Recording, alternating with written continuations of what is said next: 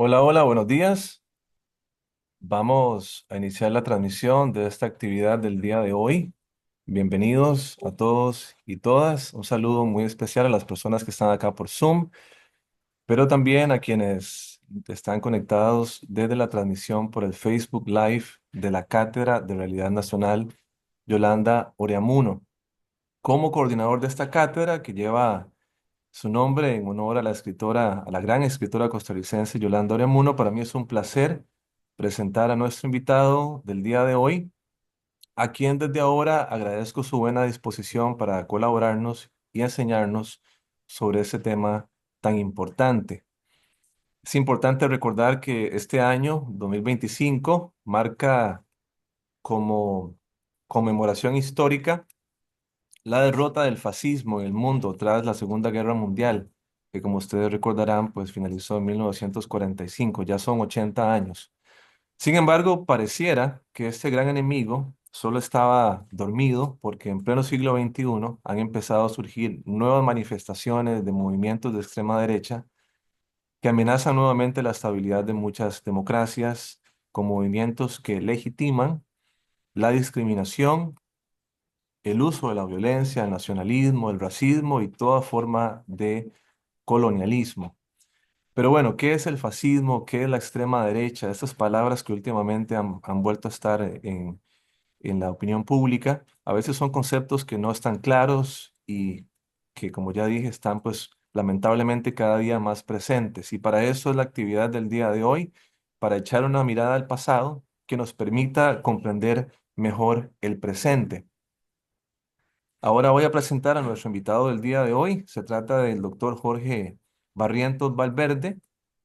Jorge es profesor e investigador asociado de la Universidad de Costa Rica de Historia Contemporánea en la Escuela de Estudios Generales de esa universidad.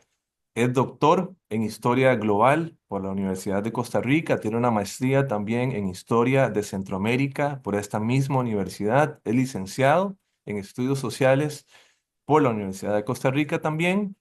Su especialidad es en Historia del siglo XXI y ha sido galardonado por la universidad en 3 ocasiones como el mejor promedio en su área de estudio. También tiene un Premio Nacional de Música por ACAM 2011. Es autor de varios libros y artículos sobre historia política en el mundo contemporáneo. Es miembro también actual de la Cátedra Ibn Khaldun de Estudios del Medio Oriente y África del Norte. Sus áreas de estudio e interés son la historia contemporánea universal, historia del Medio Oriente, historia política y de las ideologías, enseñanza y didáctica de la historia, teoría y pedagogía crítica, así como la teoría marxista de la historia. Vamos a escuchar la exposición de Jorge aproximadamente por 40 o 50 minutos y al final vamos a dar un espacio para preguntas y comentarios que pueden hacer a través del chat. No vamos a habilitar los audios, pero si ustedes plantean sus inquietudes por el chat de acá Zoom o también del Facebook, yo con mucho gusto las leo en voz alta para que Jorge nos brinde sus respuestas. Sin más preámbulo, yo quiero agradecerle a Jorge por haber aceptado nuestra invitación, por su amabilidad, por estar acá y le doy el pase. Jorge, adelante, ¿cómo estás? Hola, muy buenos días. Muchas gracias al profesor Eric Salas por este espacio y por la invitación y por la iniciativa de este tipo de actividades por parte de la cátedra Yolanda Romuno del Instituto Tecnológico. Me parecen actividades muy importantes. El trabajo que está haciendo la cátedra es formidable en organizar eventos de conversatorios, de charlas, de foros, de discusión, que haya intercambio. Creo que es lo que más necesita este país para discutir sobre problemas nacionales e internacionales. Entonces, bueno, este espacio es muy bien. Aquí estamos con todo gusto. Nos vamos a iniciar. Yo creo que yo prefiero quitar la cámara por un asunto de conexión. De repente, pues, que se les dé un poco. Entonces, ahorita que empiece la exposición, voy a quitar la cámara y la presentación va a ir ahí cambiándose. Cualquier cosa para efectos del asunto de la exposición, vamos a tener al final un espacio de intercambios espero durar unos 45, 50 minutos, y entonces luego podemos charlar un poco. Voy a tratar de ir lo más rápido posible, porque esta, bueno, es una discusión muy grande, es muy amplia. Yo voy a partir de un enfoque histórico, de la historia del siglo XX, y vamos a tratar de aterrizar al final en la discusión sobre los fenómenos de las nuevas extremas derechas y discutir si estos nuevos procesos históricos que se están dando, fenómenos históricos, como políticos, como quieran verlo, realmente son fascistas o hay diferentes maneras de caracterizarlos, si son posfascistas o neofascistas, o simplemente de derecha radical o extrema derecha. Entonces vamos a ir viendo eso. Entonces, bueno, vamos a arrancar y cualquier cosa ahí me avisan. Bueno, esta discusión la titulamos respecto al tema de la lucha contra el fascismo. Por ahí andaba un artículo de la Universidad de Costa Rica que se publicó el semestre pasado, donde planteamos algunas inquietudes sobre este tema a 80 años de la Segunda Guerra Mundial o del final de la Segunda Guerra Mundial. Eh, lo primero es que bueno, hay que ubicarse para entender la Segunda Guerra Mundial y el conflicto en Europa a nivel geográfico. La ubicación geográfica básicamente es entender un poquito sobre el mapa europeo del siglo XX. Vamos a estar discutiendo constantemente de las relaciones conflictivas entre Alemania, Francia, el Reino Unido, Gran Bretaña, también Italia y el este europeo, donde a partir de 1917, pues, con la Revolución Rusa, eh, toda la región este europea, una gran parte de la región del este europeo pasa a ser la Unión Soviética con cerca de 13, 15 naciones aproximadamente que van formando la Unión Soviética a partir de 1922. Entonces vamos a ir viendo esto. Eh, Luego vamos a ver la participación también de otras potencias, en el caso de Estados Unidos y Japón, etcétera.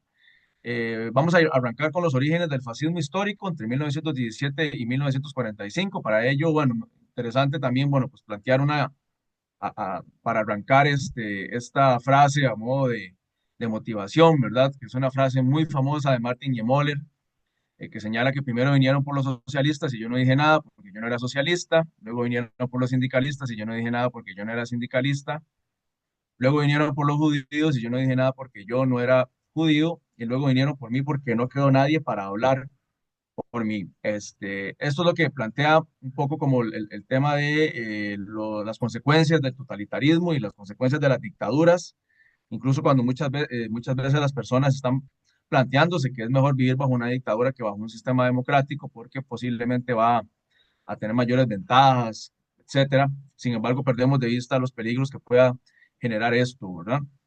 Entonces, vamos a seguir adelante con el tema, en este caso, del contexto histórico del surgimiento del fascismo. Algunas actividades o algunos acontecimientos importantes para entender el contexto histórico de qué surge el fascismo y cómo surge. Aquí lo que tienen ustedes es una serie de elementos fundamentales como la Comuna de París de 1871, que es un evento histórico fundamental para comprender el tema de la gran rebelión política y gran revolución, si se quiere. Porque sí, fue una revolución en París. Hay un gobierno que dura cerca de 3 meses en esa región. Es la primera vez que la clase obrera toma el poder en Europa, y es la primera vez que esta clase obrera ejerce el poder del Estado, intenta hacer un proyecto de reformas y un proyecto de cambios sociales, y es aplastado y es aniquilado de manera brutal por un ejército internacional que invade Francia, invade París y acaba con este movimiento de resistencia y con este proyecto político. Esto ya marca muchísimo lo que está sucediendo en Europa. Lo segundo es la conferencia de Berlín para comprender que esto que vamos a estar hablando es un fenómeno político, ideológico, pero también es un fenómeno, un problema, y tiene que ver con la conflictividad del imperialismo y el colonialismo europeo. En la conferencia de Berlín hay una repartición de África, pero Alemania no queda muy satisfecho con esta repartición. Después ver lo de la Revolución Rusa en 1905, posteriormente la Primera Guerra Mundial de 1914 y 1919, que es una guerra imperialista, de hecho, es una guerra que se explica por los conflictos entre imperios y entre potencias, y también por los fanatismos nacionalistas y religiosos, incluso también, que hay en Europa. Digo el fanatismo religioso también porque una de las principales causas del enfrentamiento entre Francia y Gran Bretaña contra el Imperio Turco Otomano es por la toma de Jerusalén y por la toma de Palestina, de manera tal que aquí hay de por medio una conflictividad que tiene que ver con el desarrollo del sionismo en Europa y también del desarrollo del sionismo cristiano en Gran Bretaña y el fanatismo religioso en Estados Unidos. Y la idea es esta de quebrar al imperio turco otomano que tenía posesión de toda esa región desde por lo menos 1520. Eh, Después viene el Tratado de Versalles al final de la Primera Guerra Mundial en 1919, el triunfo revolucionario del movimiento bolchevique, de la revolución bolchevique en 1917, al mando de Vladimir Lenin y León Trotsky, entre otros grandes líderes importantes, el desarrollo de la URSS y el ascenso de todos estos movimientos de izquierdas, de marxismo, de revoluciones marxistas o de inspiración marxista, también el ascenso de movimientos anarquistas, y la organización de agrupaciones sindicales, los sindicatos y gremios laborales en la búsqueda de derechos laborales y mejoras sociales. Aquí tienen una imagen de la repartición de África con eh, diferentes líderes políticos de Europa que van a ir marcando, digamos, también la manera en la que el colonialismo va a funcionar dirigido por un discurso terriblemente racista y eurocéntrico. Ahí pueden ver la división de África, incluso con cortes que se hacen con regla, ¿verdad? Dividen el mapa africano y la geografía de África sin tomar en cuenta los criterios étnicos, sociales, ideológicos de esta región. Ahí pueden ver incluso, bueno, Inglaterra, Francia, Portugal son los principales favorecidos, también Bélgica con el Congo, etcétera. Esto va a dar pie a que después se van a dar ya los primeros proyectos colonialistas muy violentos sobre África después de la conferencia de Berlín en 1885 con el Kaiser Guillermo II y Leopoldo II de Bélgica, que ahí los tienen en una caricatura, ¿verdad? Que se ha hecho en estos últimos ya años sobre el papel de estos gobernantes, déspotas, racistas, terriblemente violentos y agresivos contra las naciones africanas. ¿Alguna bibliografía? Yo recomiendo este libro de Jacques Paules, que es un historiador marxista belga, La Gran Guerra de Clases, 1914-1918. ¿Por qué recomiendo esto? Porque finalmente, dentro de mucha bibliografía que hay, lo importante aquí es que hay bibliografía que analiza y el conflicto de la Primera Guerra Mundial, no como tradicionalmente la historiografía de las élites blancas europeas y occidentales han planteado, que la Primera Guerra Mundial es un momento de locura, donde los seres humanos se radicalizaron y se ponen fanáticos y entran en un conflicto y no lo contextualizan en el marco del imperialismo y del capitalismo contemporáneo occidental, de manera tal que Paul sí lo hace, igual que lo hacen otros autores como Eric Hobsbawm, entre otros que no pierden de vista el tema de que este conflicto tiene que ver con luchas entre imperios y luchas entre burguesías en Europa. Burguesías que son terriblemente avariciosas y terriblemente corruptas y burguesías que son terriblemente sanguinarias. Y mucho de eso lo seguimos viendo 100 años después, de manera tal que no estamos totalmente desconectados de esta cuestión de la Primera Guerra Mundial. En pleno 2020 y en pleno 2025 estamos viendo nuevos conflictos, nuevas guerras y estamos viendo nuevos genocidios también en el marco de lo que está sucediendo en este momento en Gaza, que tiene que ver con el colonialismo europeo justamente tanto como sucedió hace 100 años cuando ya vimos el colonialismo y la violencia brutal contra Namibia por parte de Alemania, contra el Congo, entre otros. Orígenes históricos, bueno, en realidad, a pesar de que creamos que el fascismo surge en Italia o en Alemania, en realidad, como bien ahí dice, surge principalmente en Francia con Charles Maurras, que es un ideólogo ultranacionalista, fuertemente antisemita y anticomunista, profundamente contrarrevolucionario. Surge justamente como una respuesta a la Comuna París de 1871, que amenazaba los intereses de los más poderosos y privilegiados. Además, defensor del régimen monárquico, creía que el parlamentarismo era nocivo para la nación francesa. Es una posición muy clasista y muy elitista de señalar que el parlamentismo podría estar abriendo espacios para la democratización del poder, para que participen las clases trabajadoras y eso le da espacio a sectores radicalizados de izquierda o eso también le da espacio a los obreros de hacer política y que eso era inaceptable, ¿verdad? de manera tal que para él la democracia y el parlamento daban opción a radicales de izquierda para que participaran y tomaran también decisiones. Eso era inaceptable a los intereses de la aristocracia francesa. También Gabriele D'Annunzio, un poeta y político y militar italiano, luego fue el principal influyente ideólogo del desarrollo de muchas ideas de Benito Mussolini, eh, donde ahí vamos a ver que hay un ideario plagado de fanatismo nacionalista, odio por el socialismo marxista y aversión por los judíos. Es bien interesante acá que tomemos en cuenta que el pueblo judío y la población judía del siglo XIX y hasta 1948 es principalmente la población judía de clase obrera, es un pueblo oprimido en Europa, perseguido, discriminado, humillado, etcétera, de manera tal que la población judía es proclive a las ideas socialistas y a las ideas marxistas y anarquistas, y eso es lo que va desarrollando justamente el odio por parte de los fascistas contra la población judía. Es un asunto étnico, pero también es un asunto de clase y es un asunto ideológico, político, ideológico. Eh, Otro detalle importante, bueno, este es un autor muy relevante, Serf Stergel, El nacimiento de la ideología fascista, que señala que el fascismo es primero un fenómeno cultural para luego convertirse en una fuerza política. La polarización ideológica entre izquierdas y derechas en el marco de la lucha de clases cada vez más grave es lo que genera que el fascismo tome tanta fuerza política y el objetivo de todo esto es neutralizar el ascenso de la clase obrera. Ajá. Eh, el elemento fundamental aquí que hay que entender sobre el fascismo es que lo que pretende es detener el avance de la conciencia política y el avance de la conciencia de clase en los sectores populares de Europa y en las clases medias intelectuales que también están creciendo en términos de concientización política.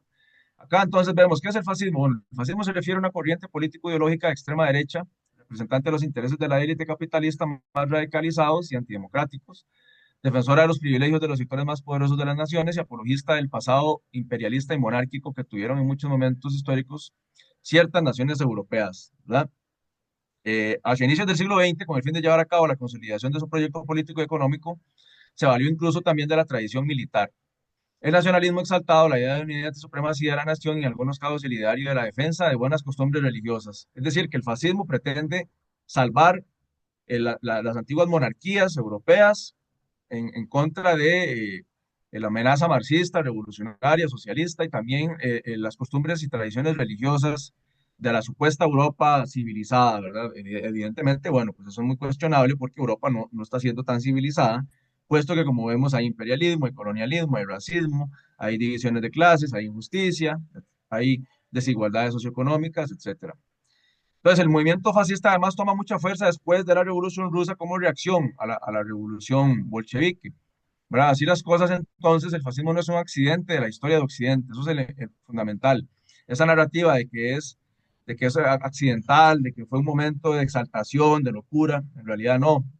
El fascismo es más bien el resultado de una cultura política europea plegada de conflictividad social, violencia política y fanatismos culturales. La burguesía mundial desde 1945 ha insistido en narrar al fascismo como un fenómeno político ajeno a la izquierda o a la derecha y lejana a los intereses de las élites capitalistas, una especie de absurdo irracional que dura 25 años producto de la maldad de la naturaleza humana. En realidad, toda esta narrativa de que el fascismo es parte de la maldad de la naturaleza humana también es muy cuestionable, puesto que el fascismo, digamos, tiene raíces históricas muy concretas y el fascismo tiene un proyecto ideológico de clase, que es de la burguesía, claro, después apoyado por sectores populares, pero digamos, aquí desechamos toda esta narrativa de que haya una naturaleza humana eh, eh, violenta, agresiva, y que eso es lo que nos genera este tipo de extremismos, ese tipo de explicaciones abstractas, digamos, de mucha generalización, no nos convence. Y la teoría desde la que planteamos esta discusión, que es la teoría marxista y la teoría crítica de la Escuela de Frankfurt, por ejemplo, también lo que trata de ver es cuáles son los orígenes concretos del fascismo como ideología y como proyecto político militar en Europa que nos lleva a la Segunda Guerra Mundial, ¿verdad? Esa es la causa principal de la Segunda Guerra Mundial. Lejos de esto, entonces, el fascismo es una ideología de extrema derecha, proviene de una clase burguesa racista, colonialista, imperialista, pero profundamente avariciosa. Lo que pretende es controlar los mercados, controlar la riqueza, controlar los recursos. Lo que pretende la burguesía europea a través del fascismo es el manejo de la riqueza y tener un dominio monopólico de la riqueza y del poder de los militares, de los ejércitos, ¿verdad? Por eso, bueno, la Segunda Guerra Mundial deja muy claro la locura en la que entramos con más de 70 millones de muertes. El fascismo además es una corriente de lucha político-militar que pretende defender a las élites más poderosas de la amenaza revolucionaria socialista, marxista, anarquista, incluso del reformismo socialdemócrata también. Aquí hay tres elementos fundamentales que plantea Erich Hobsbawm, por ejemplo, ustedes ven acá, ¿por qué el fascismo crece y se desarrolla y se reproduce de manera tan rápida? Bueno, por una nostalgia por el pasado imperial y colonial, incluyendo la defensa de las monarquías que están cayendo por toda Europa. Entre 1915 y 1920, las monarquías están muy desgastadas, los reyes, y la gente cree que es necesario pasar ya a ser repúblicas modernas y democráticas. El punto B es por el fanatismo nacionalista y patriota, circunscribiendo el tema religioso para defender el catolicismo europeo y defender el cristianismo. Y el 3, la profunda lucha de clases, la polarización social entre burguesía y proletariado y entre naciones poderosas y naciones subyugadas. Este punto es fundamental para entender que la Primera y la Segunda Guerra Mundial son producto del conflicto entre clases sociales y entre naciones dominantes, imperialistas y naciones dominadas. Alguna literatura aquí que yo recomiendo, bueno, leer un poquito de la teoría de Frankfurt, Escuela de Frankfurt, Erich Fromm, Herbert Marcuse, Theodor Adorno, sobre estos temas, siempre vale la pena. La mayoría de estos textos se pueden descargar gratuitamente. Y más recientemente, uno de los autores principales que estudia este tema es Traverso, que tiene trabajos muy buenos, es un historiador italiano de los más relevantes de hoy en día. Ahí también está muy recomendado. Y en Costa Rica, pues tenemos nuestros profesores especialistas también, muy connotados y galardonados, como el caso de Rodrigo Quesada, que ha estudiado estos temas a profundidad y ha publicado una gran cantidad de libros, por lo menos más de 20 libros tiene Rodrigo Quesada, profesor catedrático de la Universidad Nacional, ya jubilado, sobre estos temas y nos ha ayudado muchísimo a la formación y construcción de todas estas reflexiones, ¿verdad? Jacques Paules, como les decía, bueno, ya vamos a comentar los resultados de las investigaciones de él respecto a cómo el fascismo no hubiese sido posible sin la ayuda y el apoyo de las grandes empresas capitalistas estadounidenses, aunque ustedes no lo crean, y de las grandes empresas capitalistas europeas. Ustedes dirán, ¿cómo es posible? Estados Unidos fue parte de esto, por supuesto. El fascismo y el nazismo no hubiera crecido de manera tan fuerte, no hubiera tenido tanto poder si no hubiese sido por el apoyo de las empresas capitalistas estadounidenses, grandes empresas, grandes banqueros, terratenientes, que vieron con buenos ojos el ascenso del fascismo. Nunca se imaginaron que esto se iba a salir de control, pero al inicio sí apoyaron todo este movimiento, ¿verdad?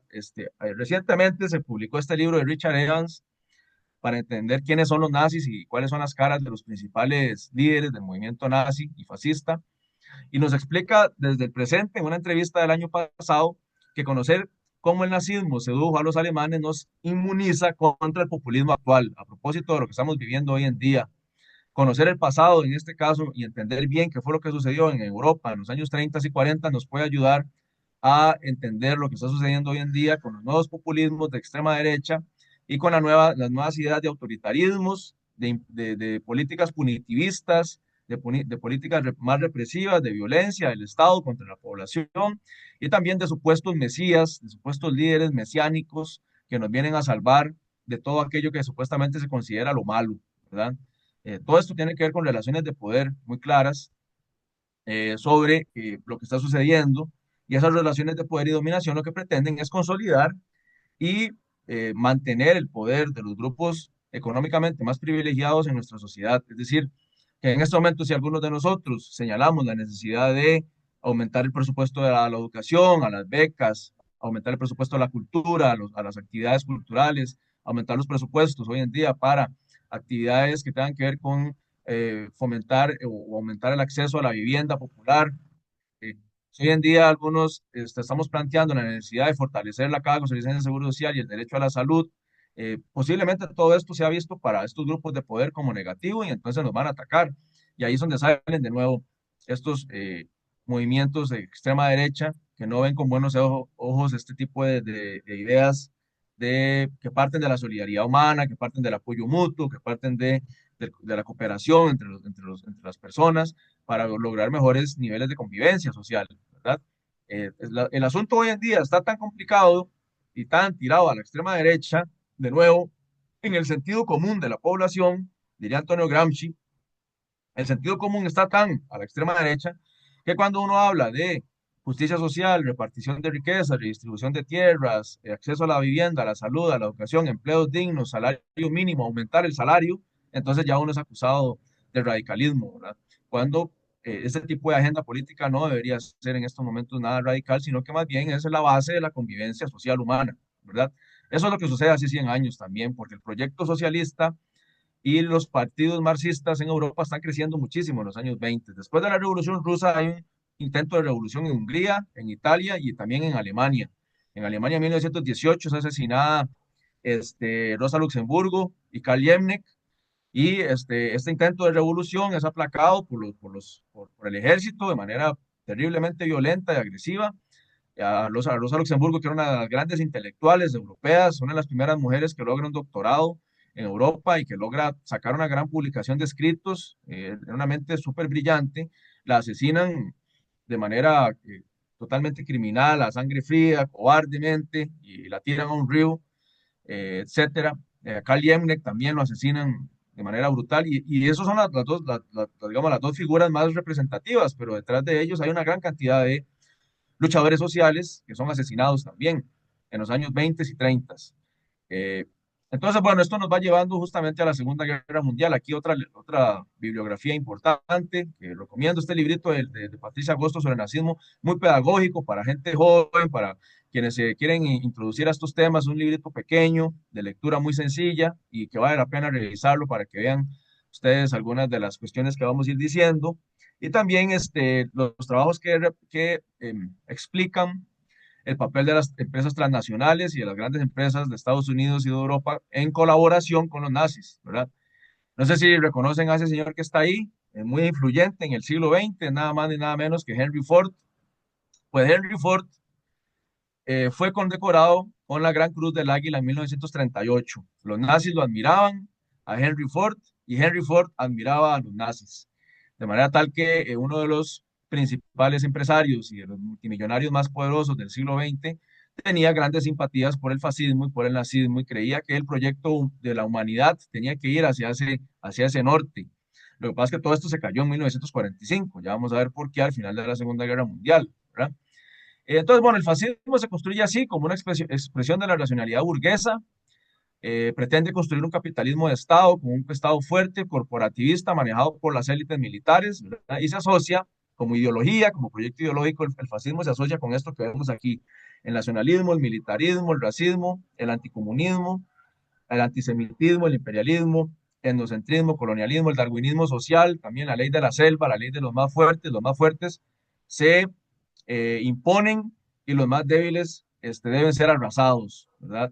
La xenofobia, la homofobia, el eurocentrismo, la tradición monárquica pretende salvar la tradición monárquica, el fanatismo cristiano también, el conservadurismo aristocrático, el antiliberalismo, digamos, la repulsión por el liberalismo político y la repulsión por la democracia.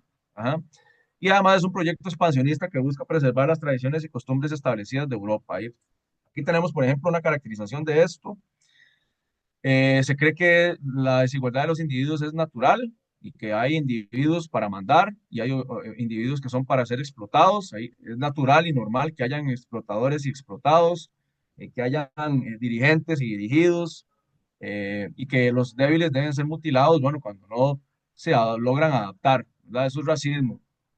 La subordinación del individuo al Estado, el Estado controla y encuadra a la sociedad, la existencia de una élite y un líder carismático, bueno, el duque, que era Mussolini, Führer, Hitler, el caudillo, que era Franco en España, fue dictador por más de 35 años en España, la exaltación de lo irracional, el culto a la violencia, el culto a la personalidad, la intolerancia, el fanatismo, ¿verdad?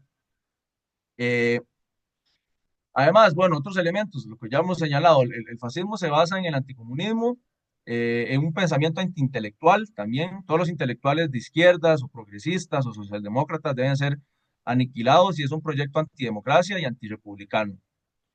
Eh, la idea del fascismo también además nos lleva a entender esta cuestión de la construcción del superhombre y el subhumano, es decir, categorías dentro de los seres humanos. Hay personas de élite que se convierten en superhombres y hay personas que van a ser consideradas como subhumanos. Ajá. De manera tal que entonces parte del proyecto fascista pretende la muerte al pensamiento crítico y la muerte al humanismo de los grandes pensadores que se habían ya desarrollado hasta los años 40. el culto a la violencia y el culto al líder, y el uso de la represión para mantener los privilegios de la burguesía.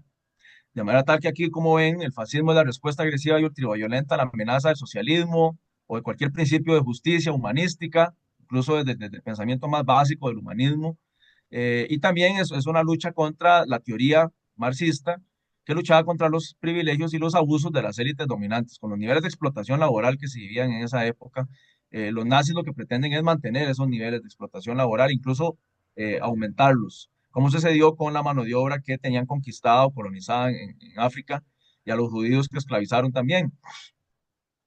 Otro elemento fundamental es la necesidad de la violencia como método para dominar, según ellos, ¿verdad? El mundo es para dominar el mundo e imponer el orden fascista a los demás. Otros de los actores principales, ustedes los pueden ver aquí. ¿Cuáles otros actores principales existían? Bueno, el papel de la iglesia, con Pío XII, que fue profascista, las élites empresariales y el ejército. La élite era principalmente terrateniente, los grandes banqueros y empresarios industriales. La misión de los nazis era buscar nuevas colonias, más mano de obra barata, nuevas rutas comerciales y nuevas materias primas, como decía hace un rato, ¿verdad? Ese es el punto fundamental que hay que entender. El proyecto nazifascista lo que pretende es el desarrollo de una economía más poderosa para las élites europeas que, que estén de acuerdo con el proyecto fascista. Entonces ahí es buscar nuevas colonias, más mano de obra barata para explotar, nuevas rutas comerciales y nuevas materias primas. La iglesia soñaba, por ejemplo, con hacer de nuevo católica la Unión Soviética, bajo ese prejuicio de que la Unión Soviética ya era atea o era satánica o satanista. Los nazis soñaban con quitarle los recursos a la Unión Soviética y los ricos fascistas empresarios soñaban con recuperar las inversiones en esa región. ¿Verdad? Entonces, de manera tal que aquí hay una disputa política y económica. El proyecto nazi era aplastar al Partido Comunista Alemán y al Partido Socialdemócrata, destruir la democracia participativa y a los movimientos electorales de izquierdas, destruir al marxismo y a los sindicatos, destruir la división de poderes, acabar con la amenaza de la Unión Soviética y salvar las tradiciones cristianas, el capitalismo y el nacionalismo exaltado, ¿verdad? Algunos de los líderes principales antifascistas fueron asesinados, muy poco conocidos en Costa Rica, muy poco conocidos en Occidente. Todo esto es una historia que ha sido terriblemente invisibilizada, ha sido una historia oculta por parte de la burguesía alemana y la burguesía europea. No quieren que se sepa quiénes fueron los grandes antifascistas, defensores del principio, digamos, más básico de la democracia y la convivencia y la tolerancia. Y hay que rastrear bastante los líderes que fueron asesinados, entre ellos, bueno, principalmente Ernest Thälmann, en 1933 arrestado y luego asesinado, símbolo de la resistencia antifascista, y así hay una gran cantidad de líderes políticos y de activistas e intelectuales, ¿verdad? Para todo esto nos ayuda mucho la teoría política de Gramsci, Trotsky, Mariátegui, Ernest Mandel, etcétera, ¿verdad? Para poder ir comprendiendo esto y el papel de las empresas que le decía, bueno, el caso de Hugo Boss, que es uno de los casos más famosos, ¿verdad? Aquí tienen algunas de las otras empresas que colaboraron con los nazis: ExxonMobil, Ford, Kodak, Allianz, Nestlé. eh, Ahí tienen la lista. Voy a tomar un poquito de agua ya voy.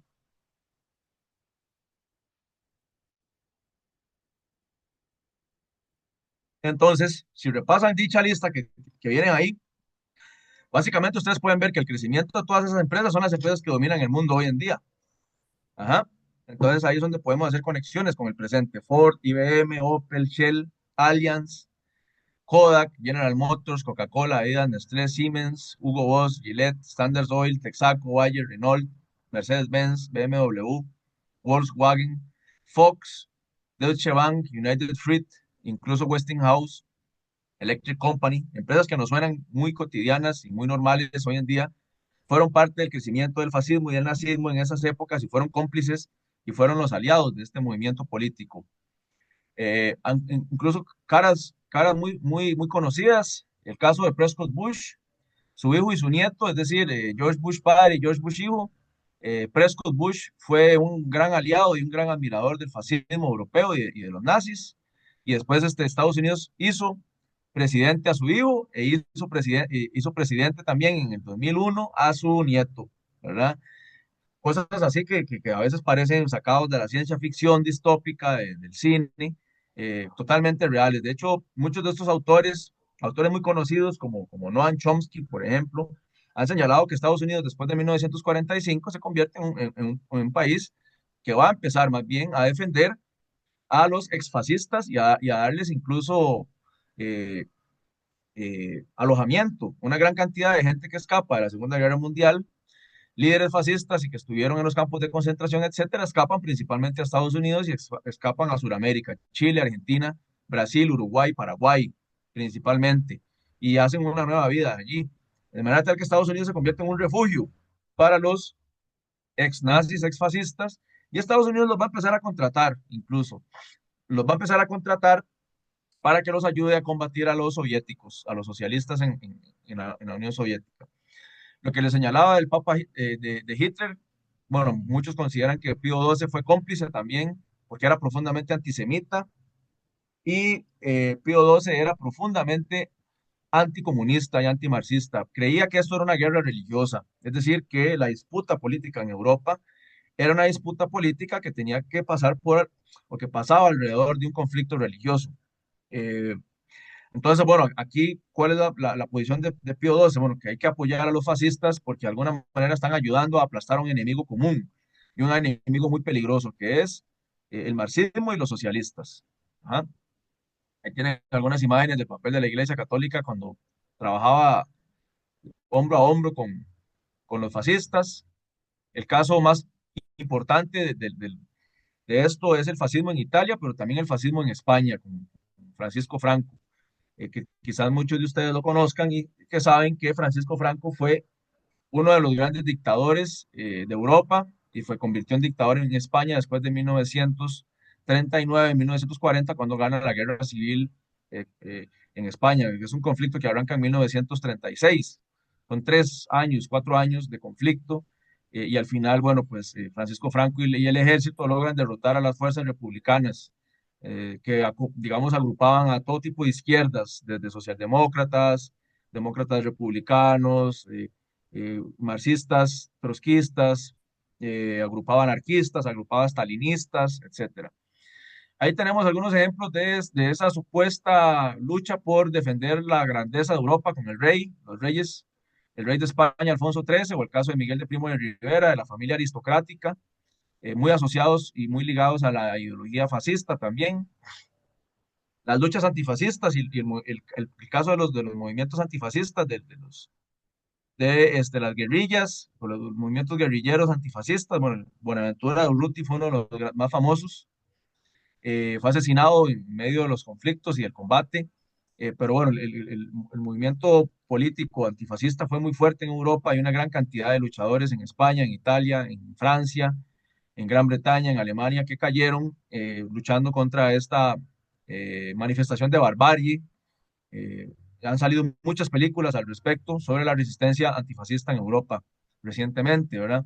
Otro tema interesante que lo dejamos para luego es sobre la solidaridad internacional o los movimientos de solidaridad internacional. El caso de la solidaridad antifascista, los brasileños que participaron en la Guerra Civil Española y que también después muchos latinoamericanos y canadienses participaron, estadounidenses, ya, obviamente ya vamos a ver más adelante, participaron en la Segunda Guerra Mundial contra los fascistas, ¿verdad?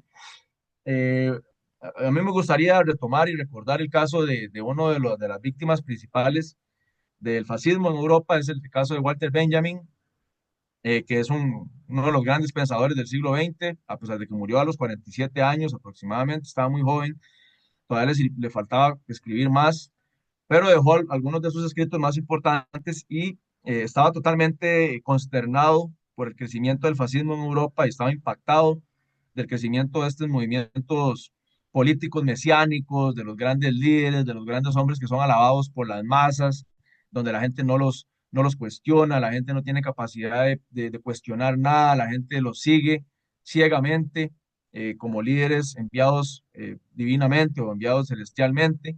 Y una de las tesis de Benjamin sobre la historia dice lo siguiente, ¿verdad? Esa es la famosa tesis del ángel de la historia.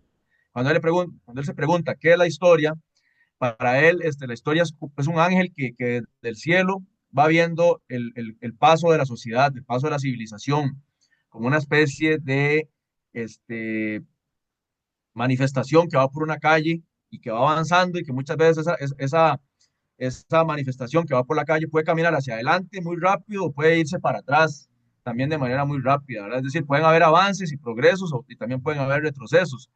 Y Benjamin lo que explica aquí es que el ángel de la historia es ese personaje que va viendo el transitar de la civilización y el desarrollo de la humanidad, va observando que lamentablemente la historia no es más que un cúmulo de ruinas, la historia no es más que, la historia de la humanidad, por desgracia, no es más que la historia de la deshumanización total, de la barbarie, de la violencia y del salvajismo, tal como lo había planteado Marx en las tesis sobre Feuerbach o Marx en otros de sus escritos también muy importantes, en la crítica a la economía política, etcétera. Escritos muy pequeñitos de Marx, pero que eran muy claros y muy concretos respecto a el problema de la humanidad con los niveles de violencia y de salvajismo que se vivían en muchas partes del mundo.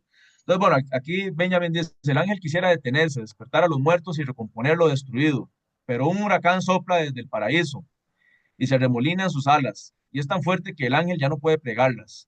Este huracán lo arrastra irresistiblemente hacia el futuro, al cual vuelve las espaldas, mientras el cúmulo de ruinas crece ante él hasta el cielo. Este huracán es lo que nosotros llamamos el progreso. Eso es lo que estaba tratando de explicar. Bueno, Benjamin siempre fue muy denso en algunas de sus escritos. Aquí lo que está planteando es eso. Justamente el ángel de la historia va viendo una historia de la humanidad que es una historia de la deshumanización y es una historia de la violencia total y es una historia donde los seres humanos no se han logrado organizar de una manera humanística bajo el principio de solidaridad y de justicia. ¿Esto qué significa entonces? Bueno, que el gran reto que tiene la humanidad en el siglo XX es poder construir un proyecto de sociedad y organización social más solidario, más justo, equitativo, participativo, democrático, etcétera. Entonces, bueno, esa es la perspectiva de Benjamin, que se suicida forzosamente para él. Él dice, cuando está tratando de escapar de los nazis en 1940, porque no pudo salir rápido hacia Europa, cuando está entre Francia y España cruzando por las montañas, eh, decide suicidarse por la cercanía con la que los nazis los van persiguiendo a ellos. Desgraciadamente, Benjamin está desesperado, prefiere acabar con su vida antes que caer preso de los nazis y Benjamin, por desgracia, bueno, pues fallece, sus escritos se los da a una compañera que logra salvar los escritos en Estados Unidos y los logran publicar luego. Y además, bueno, lo otro importante es que la presión internacional para abrir las fronteras entre Francia y España logra que a los 4 días se abran las fronteras y logren pasar muchos de los grupos antifascistas que iban huyendo, dentro de ellos el grupo con el que iba Walter Benjamin, de manera tal que si Walter Benjamin se hubiera podido esperar un poco, quizás, eso es una hipótesis contrafactual, como dicen, bueno, pues, ¿qué hubiera pasado si las cosas hubieran sido diferentes? Benjamin hubiera podido cruzar y se hubiera salvado y la historia sería diferente, ¿verdad? Pero bueno, así no pasó. Entonces, bueno, aquí hay otras discusiones que si ahora en la segunda parte podríamos hablar un poquito más, no voy a tardar mucho, sobre la manera que los nazis lograron desarrollar el sistema de propaganda y el sistema panfletario de publicidad para unir a la nación y para convencer a la población de que ese proyecto era el idóneo. Ahí tienen el papel del arte, el papel de los deportes, el papel de la arquitectura, el papel de todo tipo de proyectos culturales que ayudaran allí, las películas, el cine, empiezan también a desarrollarse en esas épocas. El tema de la arquitectura es fundamental también para simbolizar poder, poderío, autoridad, respeto, sumisión en el pueblo. El pueblo tiene que respetar, ser sumiso, disciplinado y tolerar la grandeza de los poderosos del ejército nazi. Claro, todo esto tiene como función principal aterrorizar a la población, ¿verdad? Los nazis entonces propagan sus valores e ideales a través de vehículos de transmisión. Ellos tienen sus propios intelectuales y pensadores, científicos también, la burocracia del Estado, los artistas, escritores, músicos, actores, la arquitectura, los símbolos patrios, el cine, el teatro, la pintura, la música nazi, las estatuas y también los monumentos fascistas. ¿Okay? Eh, Aquí también vemos entonces la teatralización del poder, como diría Michel Foucault, con esta cuestión de la manera en la que se impone poderío a través de lo simbólico, a través de la arquitectura, a través de lo visual. Ajá. Por supuesto, los desfiles nazis tenían un papel importantísimo en todo esto, ¿verdad? Entonces, bueno, llegamos a la Segunda Guerra Mundial, donde, como hemos señalado, es un conflicto que tiene que explicarse por los choques entre las diferentes clases sociales en Europa y los choques ideológicos políticos y los choques imperialistas entre potencias, que no se ponen de acuerdo sobre cómo se reparten el mundo y cómo administran la riqueza y los recursos. También es un conflicto entre el proceso democratizante del siglo XX, es decir, las fuerzas sociales populares y los grupos sociales de la población trabajadora, la clase media, los obreros empiezan a luchar por la democracia, pero los fascistas quieren defender el régimen totalitario y quieren defender el poderío de las monarquías. De manera tal que esto es una tensión militar producto de los fanatismos nacionalistas. También el papel del nacionalismo es muy relevante para que no lo pierdan de vista. Y el papel del nacionalismo es muy relevante, tanto que se han publicado una serie de películas en los últimos años sobre estos temas del el peligro del fanatismo nacionalista. Aquí están las potencias que participan en la Segunda Guerra Mundial, las potencias del eje, por un lado, Alemania, Italia y Japón, y los países aliados, Inglaterra, Francia, la Unión Soviética, los Estados Unidos, que entra a participar en la Segunda Guerra a partir de 1945. Bueno, aquí un poquito de afiches. Esa colección de afiches es muy interesante. La colección de afiches anticomunistas y fascistas en Alemania, en Italia, en España, son realmente muy interesantes si los analizamos desde el presente, para deshumanizar a lo que ellos consideran al otro y deshumanizar a la Unión Soviética y proyectar una imagen negativa de la Unión Soviética también. Y bueno, entonces aquí vemos los principales proyectos fascistas que se dieron en Europa, como lo pueden ver ahí. El caso de España, Italia, Alemania, Portugal y Japón. Es donde se desarrolló el fascismo principalmente. Obviamente el caso de Japón y Portugal menos conocido, menos citado. Portugal no participó directamente en la guerra, en el conflicto, no tenía el poderío eh, para poder hacerlo, pero allí también el general Salazar estaba desarrollando un estado de corte autoritario, totalitario, fascista. El caso de Japón con el general Hideki Tojo y con el liderazgo político de Hirohito. Los aliados, bueno, el punto principal, como ustedes pueden ver, si uno le da seguimiento a la Segunda Guerra Mundial, es los ataques de Pearl Harbor. La Segunda Guerra Mundial arranca en 1939. En 1941, Estados Unidos, después del ataque de Pearl Harbor, entra al conflicto. Para enero de 1943, Hitler está derrotado tras la batalla de Stalingrado, que es la batalla más sanguinaria y más sangrienta de la historia militar, de toda la historia militar, no solo la del siglo XX, porque son miles de muertos. Es un conflicto que dura varias semanas, varios meses, donde los soldados nazis están desmoralizados, además están congelándose, se quedan sin alimentos, se les congelan las armas y prefieren y señalan que lo mejor es retirarse para Alemania de nuevo cuando invaden la Unión Soviética y tratan de conquistar la Unión Soviética. Bueno, son vencidos por el Ejército Rojo, pero también por las condiciones adversas con las que topan. La guerra finaliza en abril de 1945.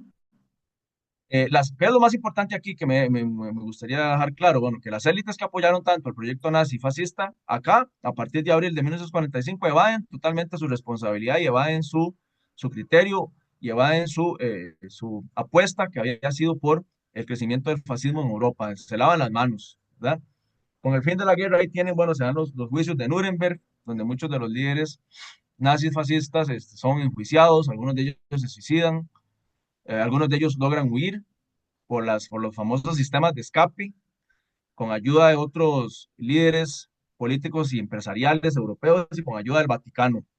Las rutas de ratas, le llaman a eso en la historiografía, o las rutas de escape, donde se aprovecharon de la ayuda de sacerdotes fascistas y de empresarios fascistas para poder huir aquí a América, después de 1945. Ahí está la imagen de los juicios de Nuremberg. El caso uno de los que huyó, el general Eichmann, Adolf Eichmann, que huye a Argentina y es apresado en 1963 por parte de la Mossad israelí en uno de los barrios, en un barrio de Argentina, donde vivía con completa normalidad y vivía con completa calma. Estaba tranquilo allí haciendo su nueva vida, ya tenía casi 20 años de haber salido de Europa. Y la Mossad israelí, que son los cuerpos de inteligencia de la policía secreta de Israel, lo apresa y lo lleva a Israel y hace un juicio, ¿verdad? En ese juicio, bueno, al final a Ayman lo eh, eh, condenan a muerte. ¿Por qué es importante hablar de todo esto? Bueno, para efectos de los estudiantes y de la gente joven que están acá presente, bueno, es importantísimo para entender que la historia del siglo XX es la que marca lo que está sucediendo hoy en día en nuestra vida, en nuestra sociedad, en las relaciones sociales, políticas, ideológicas, en lo que está sucediendo en los conflictos internacionales.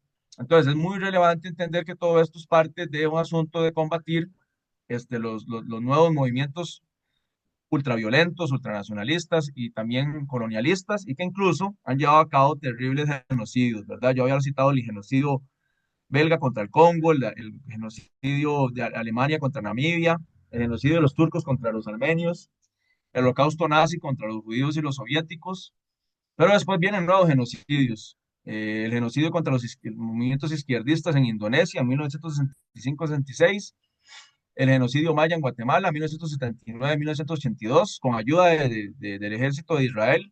Aquí hay que dejarlo muy claro. Israel, después de 1948, se forma como un nuevo Estado nacional y después de 1967 se convierte en una potencia militar y durante los años 70, 80 financia, ayuda, apoya a sangrientas dictaduras militares latinoamericanas.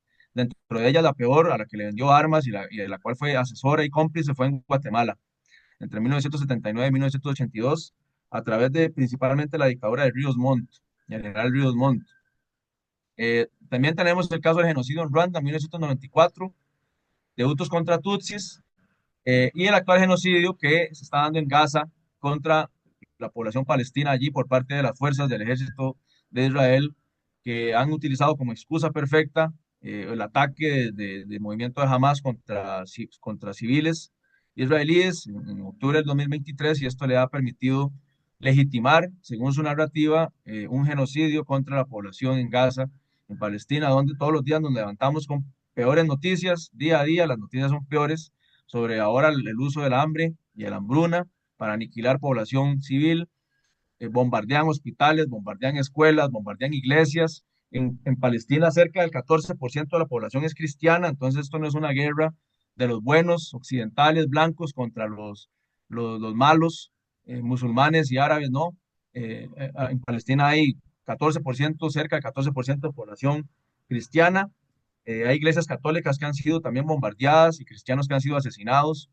Los fanáticos de la extrema derecha israelí aprovechan toda esta coyuntura para aniquilar también a la población palestina en Cisjordania, que es la otra región de los palestinos, y aprovechan también para lanzar todo tipo de consignas, insultos, ofensas y golpes contra turistas cristianos, porque la población judía más radicalizada también ve como enemigo político a digamos, el católico o el cristiano occidental. A pesar de que, claro, los cristianos neopentecostales latinoamericanos y estadounidenses son la base central, las iglesias evangélicas son la base central del apoyo del sionismo cristiano a el movimiento israelí sionista y a la colonización y al proyecto de colonización que hay allí en esa región. Bueno, yo creo que es el conflicto que en este momento está generando más noticias y más impacto, de manera tal que por eso los cito, ¿verdad? Y bueno, pues América Latina vivió todo durante la Guerra Fría, años 70 y 80, este ambiente de las dictaduras neofascistas, si se quiere, o de extrema derecha, principalmente la dictadura de Pinochet en Chile y la dictadura de Videla en Argentina. Michael Lowy o Miquel Lowy en Brasil, desde Brasil y Francia, porque trabaja en ambos espacios, nos ayuda a entender este ascenso de las extremas derechas. Yo tuve la oportunidad de estudiar con Miquel Owen en Brasil durante mi doctorado allá, en mi estancia doctoral, conocer muchos de sus posicionamientos en las clases sobre lo que plantea respecto al papel de la historia, de la sociología, de la filosofía política. Y con Miquel Owen, pues, se aprende muchísimo sobre estos temas del ascenso de la extrema derecha, máxima que él lo ha vivido en carne propia en Brasil, con el ascenso del gobierno de Jair Bolsonaro, después del golpe de Estado que dan en 2016-17, el ascenso de los militares en este país, y después abren todo el portillo para poder meter al gobierno a Jair Bolsonaro, que es un militar de extrema derecha, que también es muy misógeno, muy racista, homofóbico y terriblemente clasista. Gobernó durante su primer periodo, y entonces Lowy ha podido vivir eso y además lo ha vivido en Francia con el desarrollo del Partido Nacional, el Frente Nacional, que es un partido de extrema derecha ya con Jean-Marie Le Pen, que se ha convertido en segunda, tercera fuerza principal de Francia, lo cual es muy peligroso también. Aquí tenemos un ejemplo, digamos, del crecimiento de las extremas derechas de un mapa. eh, de este mapa no es del 2024-25, es un poquito antes, de manera tal que los datos no son actuales. Posiblemente hoy, desgraciadamente, tengamos datos mayores del crecimiento del apoyo a los partidos de extrema derecha. Por ejemplo, en Italia gobiernan con Giorgia Meloni. Este, Sin embargo, bueno, a la hora de llegar al gobierno, como entran por medio de la democracia electoral, pues no son tan extremadamente radicalizados para poder hacer cambios y reformas de lo que ellos quieren, de manera tal que, bueno, les ha costado pues, imponer su agenda, pero bueno, no deja de preocupar que la gente esté votando por la extrema derecha mundial. Para eso, bueno, yo recomiendo la lectura de este libro de Noam Chomsky sobre quién domina el mundo, muy actual, ¿verdad? El contexto actual, evidentemente, bueno, nos preocupa mucho el caso de Brasil, con la extrema derecha allá que consideras este conflicto como un conflicto de corte religioso también, es decir, ellos son los cristianos que desde sus iglesias defienden a Brasil de los ateos marxistas y comunistas y socialistas, lo cual es falso, y lo cual es falso simplemente por una razón muy concreta. La razón concreta es que el Partido de los Trabajadores de Ignacio Lula da Silva tiene como su base electoral más bien a población católica, que sale y se desarrolla a partir de la tradición de la teología de la liberación en los años 60, 70, 80, y que tiene como principales ideólogos a una gran cantidad de teólogos de la teología de la liberación muy importantes como Leonardo Boff, como Frei Beto, como Pedro Casaldáliga, entre otros grandes pensadores brasileños, católicos de la teología de la liberación, pero católicos que tienen ciertas sensibilidades por la izquierda política y que han apostado por el apoyo a los partidos de izquierda en Brasil, como el Partido de los Trabajadores, que es un partido muy moderado. Sin embargo, en Brasil esto se ha convertido en un conflicto que ha polarizado por completo esa nación, lo mismo que Milei en Argentina, y el conflicto que se está dando allí también. Lo que hemos hablado ya de Israel con la extrema derecha fanática religiosa que apoya a Benjamín Netanyahu y el proyecto de genocidio sobre Gaza, que ha sido terrible. Y también tenemos el caso de Donald Trump en Estados Unidos, que ha llegado con el apoyo de cerca de 95, entre 95 y 105 millones de votos representan las iglesias neopentecostales en Brasil y la ideología del sionismo cristiano. De manera tal que si en Estados Unidos, de manera tal que si en Estados Unidos usted pretende ser presidente y no cuenta con el apoyo del sionismo cristiano desde las iglesias neopentecostales, principalmente por las iglesias evangélicas en general, simplemente usted no puede ser presidente porque al restarse ese apoyo de millones de votos no llega al poder. Esa es la clave del gobierno de Donald Trump. ¿Verdad? Entonces, bueno, yo diría que esto es lo más importante. También en Europa gobierna Víctor Orbán en Hungría, que es otro ejemplo relevante que hay que tomar en cuenta del desarrollo de estas extremas derechas. Y sí, efectivamente, hoy en día están respondiendo a la pregunta del tema de hoy. Estamos frente al desarrollo de nuevas extremas derechas. No todas son iguales, hay que caracterizarlas cada una por su lado. Cada extrema derecha en cada país es diferente, tiene diferencias. Yo lo que aquí siempre propongo es un estudio de casos y analizar con pinzas cada uno de los casos y de los ejemplos. Cada una de ellas son distintas, presentan similitudes, pero también diferencias. Y lo que habría que plantear aquí entonces, frente a la extrema derecha, es qué capacidad tenemos para enfrentarnos a estos nuevos movimientos ultranacionalistas, supremacistas blancos, muy radicales en sus posicionamientos para fortalecer las políticas neoliberales, privatización del acceso a la educación y a la salud principalmente, eh, etcétera, etcétera. Efectivamente, estamos frente a una nueva extrema derecha, no es necesariamente que todas estas extremas derechas son fascistas ni neofascistas. Esto es todo un debate. Yo no considero que ese concepto de fascismo necesariamente nos ayude para explicar esto, pero sí categorizar, como tienen la categoría de extrema derecha a estos movimientos principales, ¿verdad? Ahí tienen a José Saramago, que hace más de 20 años dijo lo siguiente: los fascistas del futuro no van a tener aquel estereotipo de Hitler o Mussolini, no van a tener aquel gesto duro militar, van a ser hombres hablando de todo aquello que la mayoría quiere oír. Van a hablar sobre bondad, familia, buenas costumbres, religión, la patria, la ética. En esa hora va a surgir el nuevo demonio y muy pocas personas van a percibir que la historia de nuevo se está repitiendo, ¿verdad? Es decir, Saramago tenía muy claro que las nuevas extremas derechas no iban a ser con vestidos de militares y con armas, sino personas con traje entero, saco y corbata que van a hablarnos de cosas bonitas. Y efectivamente, pues eso está sucediendo. Entonces, bueno, yo lo dejo por acá y muchísimas gracias por su atención. Muchas gracias, Jorge, por esa Claro, con todo gusto. exposición tan interesante, tan completa y también por el esfuerzo, creo yo, de intentar, pues, sintetizar tanta información en un periodo de tiempo tan corto, porque realmente es un tema súper amplio. Pues yo creo que vos has hecho un gran trabajo brindándonos una versión bastante clara, bastante completa de lo que está pasando. Y yo creo, igual que vos, que hay que mirar hacia el pasado para pues, comprender mejor lo que está pasando. Les invito a quienes están conectados para que planteen sus preguntas, para dialogar un poco más con Jorge, aprovecharnos un poquito más de su tiempo y de su colaboración. Así que por favor hagan sus preguntas aquí por el chat y yo con mucho gusto las voy a leer en voz alta para atender algún asunto que les pareció interesante o alguna pregunta que tengan. Yo quisiera, tal vez, Jorge, mientras las personas que están conectadas se atreven a preguntar, hacer referencia a eso que vos dijiste, de que hay muchas personas y yo también lo he escuchado, que es mejor, que dicen que es mejor una dictadura que una democracia. Yo he escuchado ese tipo de opiniones que es como vos dijiste, están como instauradas ya en el pensamiento, ¿verdad? En el sentido común de las personas.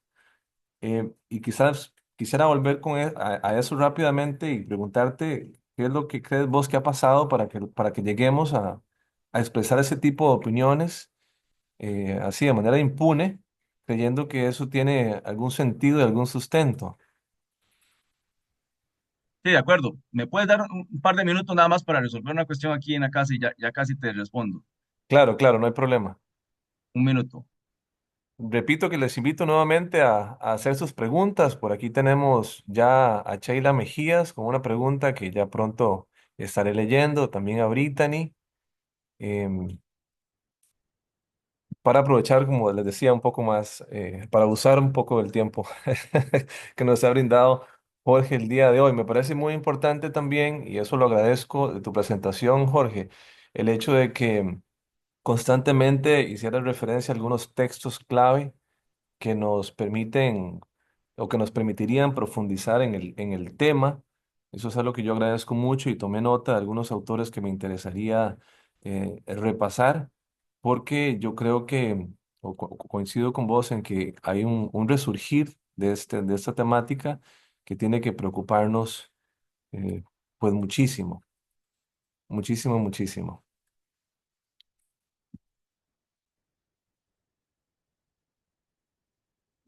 Mientras tanto, Jorge se reincorpora.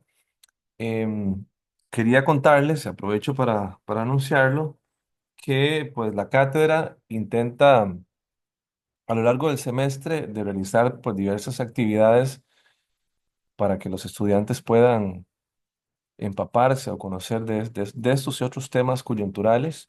La próxima semana hay una actividad que ahora voy a anunciar al final para que ojalá puedan participar.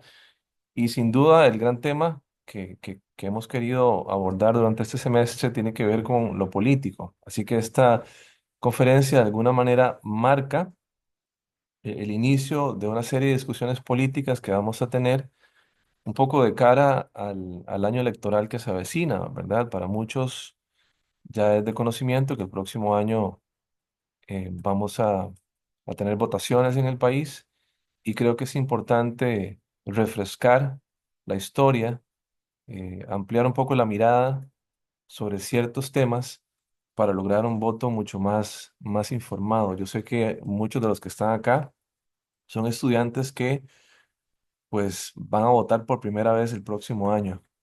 Así que yo diría que es importante que traten de informarse, de comparar, de contrastar críticamente lo que van a estar escuchando, toda la propaganda que se viene, para que logren un voto informado y responsable. Ahí tenemos ya a Jorge, creo, ya volvió. Listo, ya estamos, sí. Bien, lo que me estabas preguntando era sobre el asunto de estas opiniones que hoy en día están señalando que es necesario eh, recurrir de nuevo a las dictaduras, ¿verdad? Que era lo que me estabas planteando, me parece. Es que aquí se vino un aguacero terrible, entonces se complica el asunto.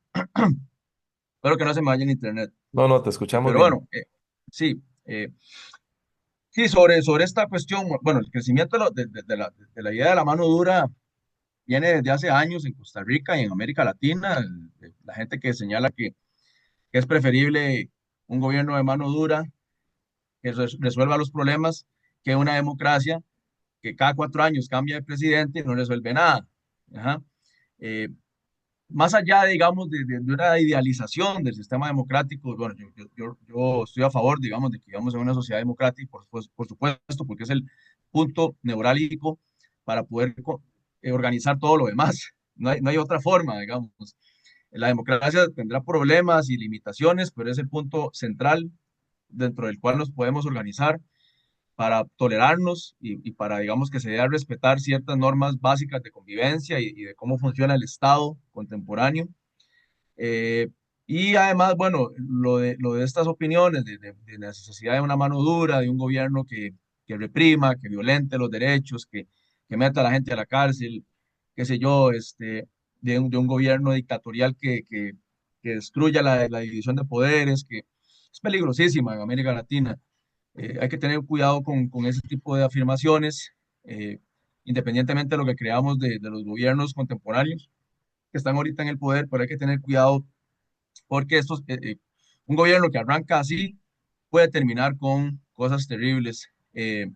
Yo entiendo que que la población está desesperada, yo también, por respuestas, estamos desesperados por respuestas, qué sé yo, para resolver el problema de la inseguridad social, para resolver el problema de la criminalidad, para resolver el problema de las pandillas. Yo entiendo que hay una desesperación por resolver el problema de la precarización social y laboral, el problema de la injusticia económica y la desigualdad socioeconómica en Costa Rica es cada vez peor, pero no creo que la mano dura y no creo que un gobierno autoritario de derecha o de extrema derecha nos vaya a resolver esos problemas, posiblemente lo acreciente más bien. Obviamente mi apuesta sería por tratar de concientizar sobre esto para entender que no necesariamente un gobierno autoritario va a resolver estos problemas porque puede aprovechar esa coyuntura para lanzar ofensivas muy fuertes contra todo aquello que ellos consideren enemigos políticos. Y bueno, otra cosa que es peligrosa es que, bueno, a mí me parece que hay que tener cuidado también con estos nuevos movimientos populistas de derechas o de derecha radical, porque uno de los elementos principales a los que atacan es a las universidades, al pensamiento crítico. Uno de los elementos principales que atacan constantemente, y no es casualidad que en Costa Rica ya está sucediendo esto en los últimos años, uno de los elementos fundamentales que ataca es a los profesores, al pensamiento crítico, a las universidades. Yo nunca en 20 años de estar en la universidad había visto un gobierno que atacara con el nivel de violencia que ataca este gobierno principalmente a la Universidad de Costa Rica. Eh, Básicamente es casi como una guerra declarada, una declaratoria de guerra. No ha ido a la universidad, no se presenta, no da la cara. La ministra de Educación, que nunca presentó la ruta de educación y que hizo un trabajo pésimo por el sistema educativo, nunca se presentó tampoco. Las negociaciones fueron siempre muy conflictivas. Es decir, que si queremos ver cómo sacamos adelante a Costa Rica y a nuestro país y a la región y agotamos las vías de diálogo y las vías de tolerancia, esto nos puede llevar a lugares muy peligrosos de violencia social. No solo la violencia que ya vivimos, sino la violencia política social, porque cada vez es más el discurso de mucha violencia en las redes sociales contra ciertos actores sociales y políticos de este país que se oponen al papel del gobierno actual.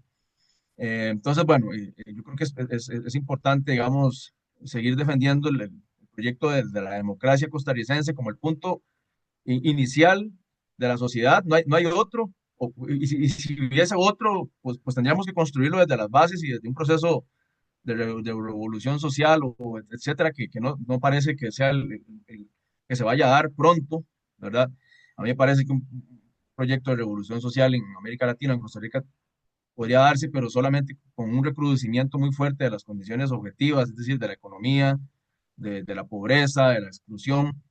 Eh, entonces, a mí me parece que la democracia, esta que en la que vivimos, que es una democracia de las élites, está clarísimo. Es decir, en Costa Rica nunca ha gobernado un partido político popular de la clase trabajadora, ni nunca ha gobernado un presidente, digamos, salido de la clase trabajadora y que defienda los derechos de la clase trabajadora, con la excepción de los gobiernos de los años 40 que hicieron una coalición en medio de la Segunda Guerra Mundial, por cierto, y que llevaron a cabo grandes reformas sociales, Calderón Guardia con la Iglesia Católica y el Partido Vanguardia Popular, que se dieron unas grandes reformas para la construcción de lo que fue la Caja, la Universidad de Costa Rica, las garantías sociales, el Código de Trabajo, políticas para construir escuelas por todas partes.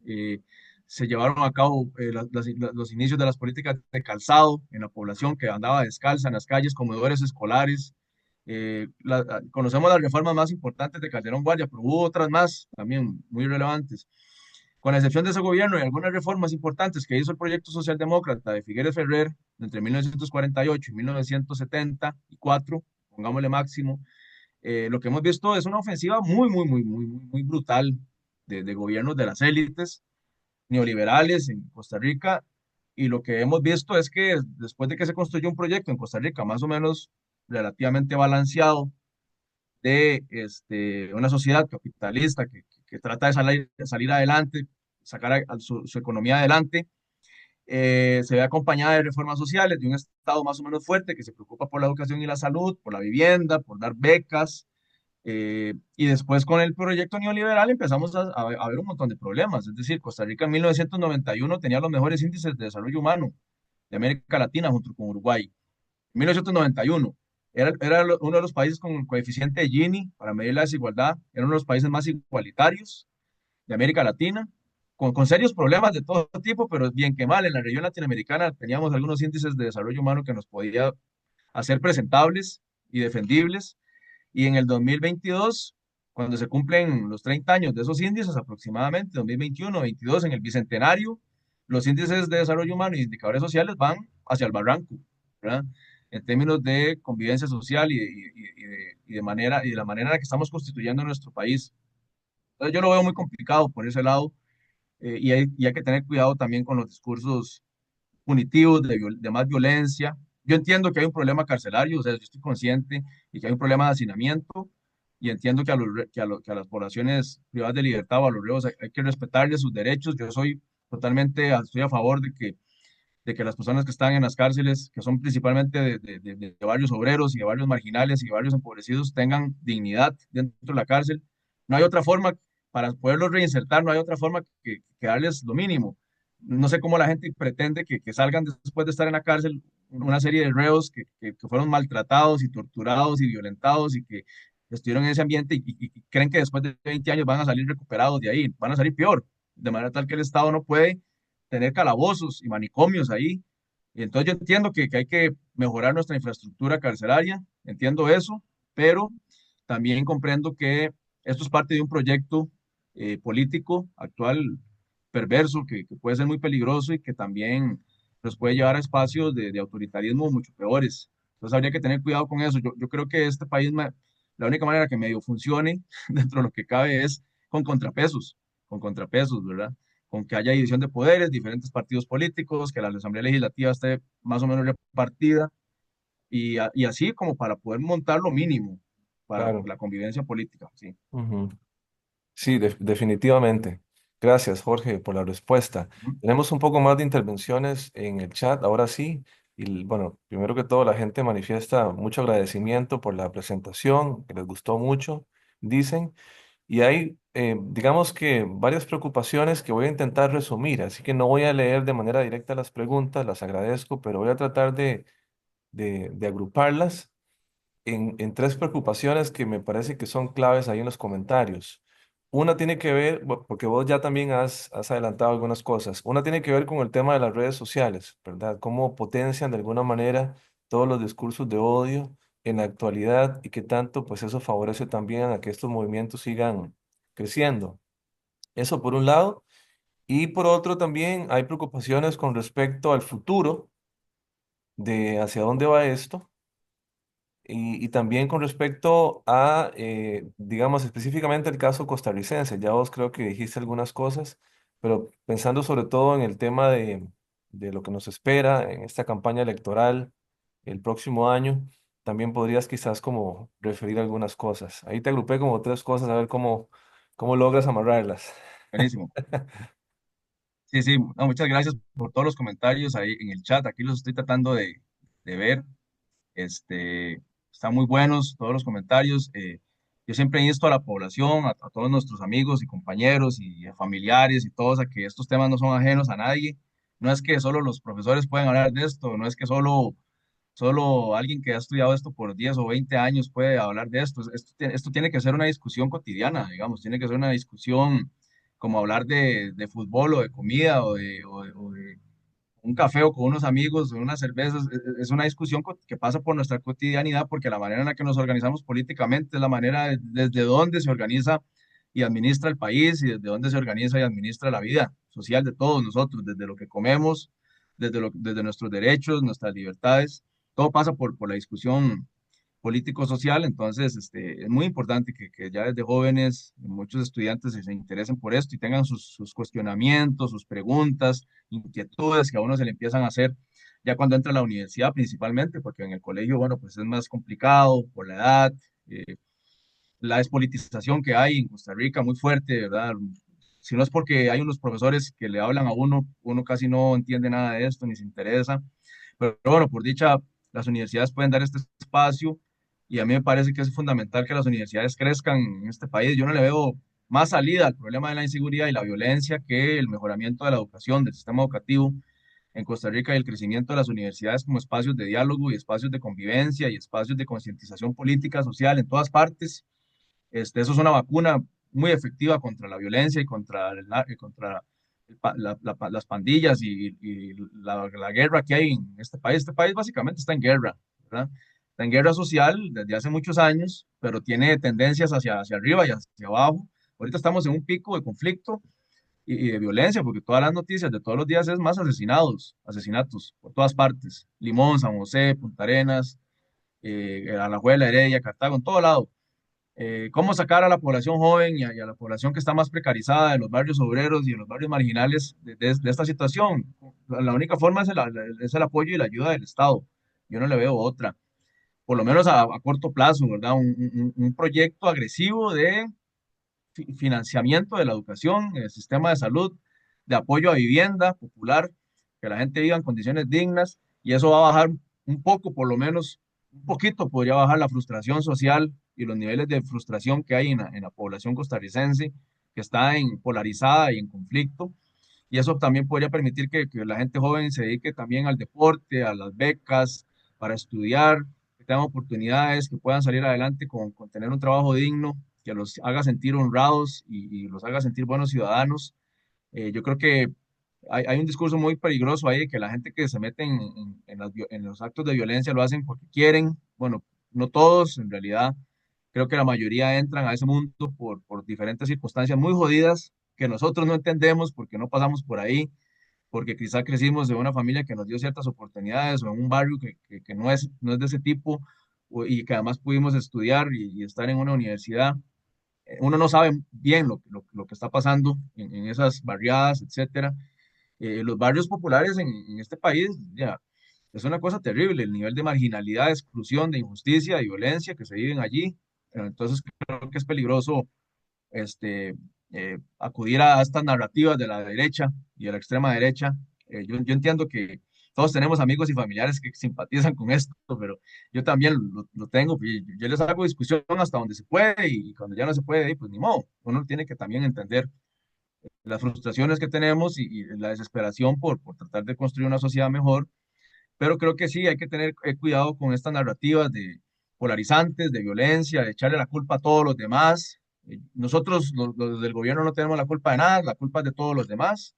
Por ejemplo, esto se va a solucionar con un proyecto punitivista de mayor violencia. Bueno, yo diría, pues, si esa era la solución al estilo Bukele, por ejemplo, ¿por qué en estos 4 años no se hizo nada? Ni siquiera se hizo una declaratoria de emergencia, como para poder maquillar algo, ¿verdad? Nada, nada, no se hizo absolutamente nada. Que una declaratoria de emergencia también puede ser un arma de doble filo. pero no se hizo absolutamente nada. Prácticamente se acabó este gobierno y no se hizo absolutamente nada ni se lo solucionó nada. Las cifras lo que están señalando es un nivel de desinversión en educación, en salud y en vivienda brutal, como nunca en 40 años, sobre todo a la baja en la inversión al sistema educativo, con una ruta de la educación que nunca existió, con un gobernante que empodera discursos de violencia y actitudes violentas. Eso también le cala a uno en el subconsciente y en el inconsciente.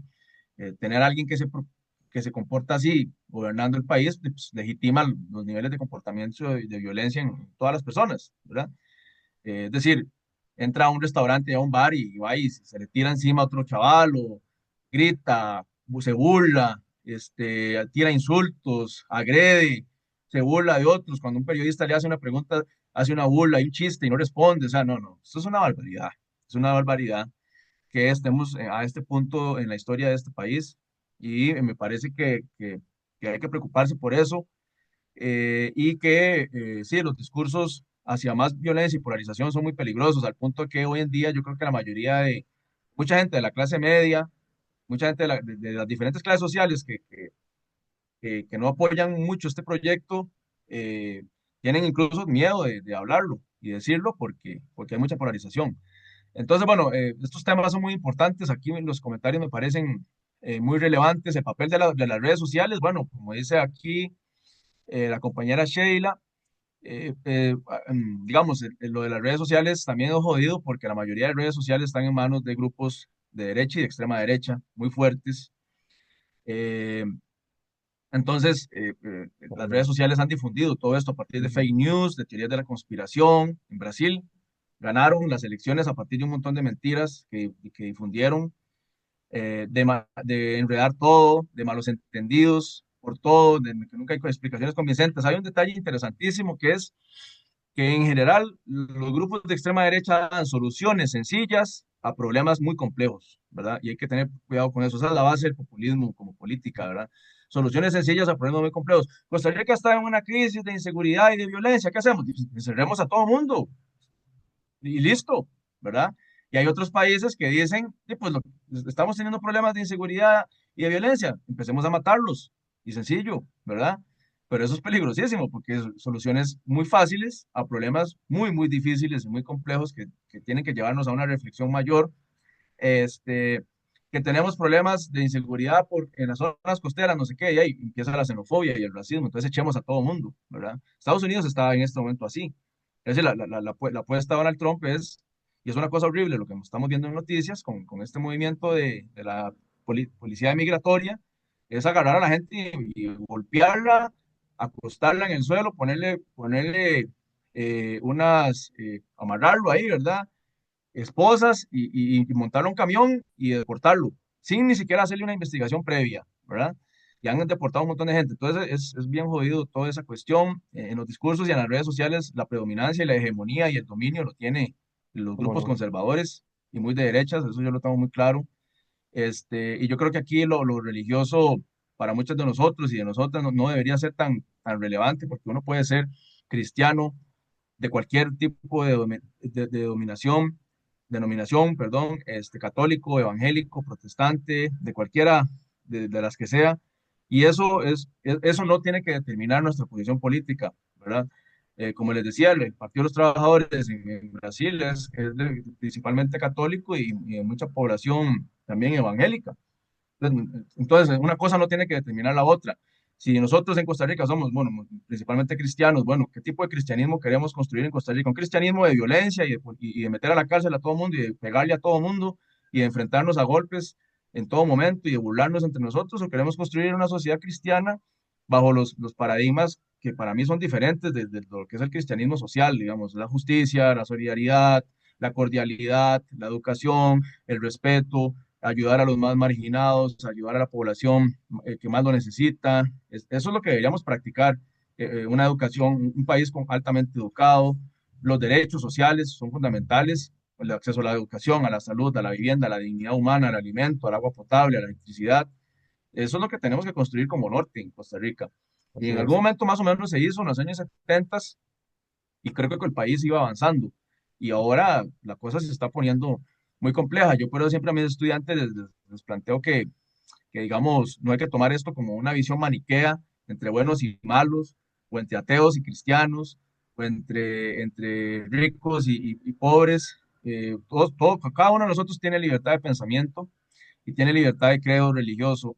Y dentro de nuestro credo religioso tenemos que ver cómo construimos una sociedad más pacífica, más armónica, que logra convivir y una sociedad, digamos, que se logre poner de acuerdo y que llegue con respeto a acuerdos mínimos.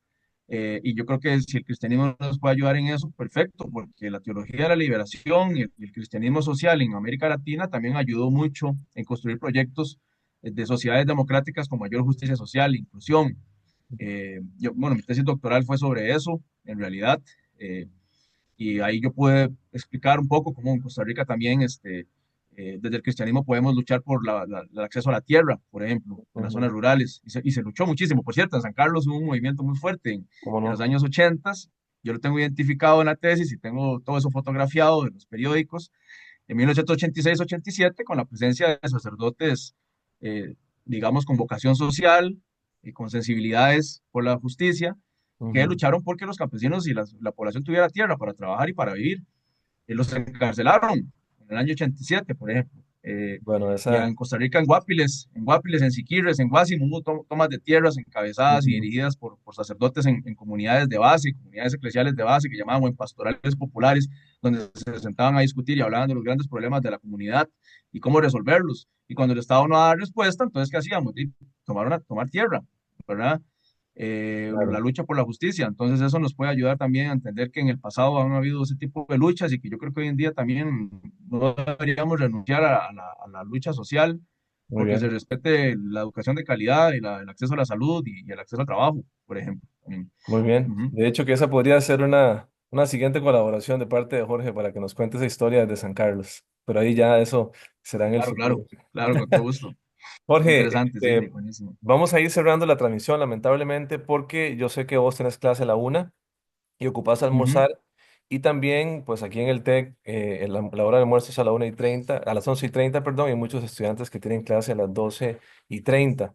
Así que bueno, es una pena porque ese tema da para más. Las preguntas, yo creo que algunas cosas de las que dijiste ahí, pues creo que tienen que ver con las preguntas que hicieron algunas personas y si no, pues que esta discusión, como vos decís, que continúe en las aulas y que continúe también en los pasillos de las universidades y también pues en nuestras casas.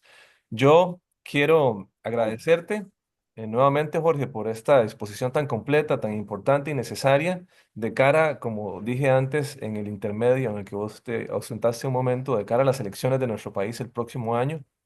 Costa Rica, como vos dijiste, no está exenta de estos movimientos que podemos llamar, como vos dijiste, protofascistas o con otras denominaciones, y que es importante estar bastante alerta. Muchos estudiantes, eso lo repito otra vez, insisto, van a votar por primera vez. Yo creo que pues estar pilas con esto, informarse, reflexionar críticamente sobre lo que ha pasado es fundamental para un voto informado y responsable. Quiero recordarles a los que todavía están conectados, porque bueno, este dato es importante. Fuimos 75 personas conectadas por Zoom.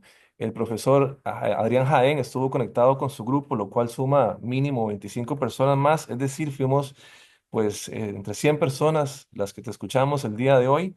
Y por supuesto que hubo reportes de escucha en Facebook. Así que hubo una porción importante de personas que pudieron aprovechar la charla. Quería rápidamente contarles que la próxima semana continuaremos con estas discusiones sobre temas políticos. Tenemos una conferencia que se llama Restricciones a la participación política en Costa Rica. Es sobre el tema de la beligerancia política como una garantía para la contienda política del próximo año a cargo del doctor André Cambronero Torres, jefe del despacho de la presidencia del Tribunal Supremo de Elecciones. Va a ser una actividad presencial a las 10 de la mañana en el auditorio del CETEC, aquí en el campus San Carlos. Ojalá que puedan pues participar. Y por último, recuerden también que para enterarse de las actividades que hacemos, estamos pues en las famosas redes sociales, por ahí hay un Facebook todavía, para quienes tienen Facebook todavía, la cátedra también está en Instagram y los invitamos a que nos busquen para que ahí pues se den cuenta de las actividades que vienen. Sin más, gracias Jorge, gracias también a los que se unieron a la transmisión, que tengan un lindo día y hasta la próxima. con todo gusto, muchas gracias a ustedes y estamos a la orden siempre para cualquier actividad en el futuro. Gracias, Jorge, de verdad, buen día, que esté muy bien. Buen Chao. día, hasta luego.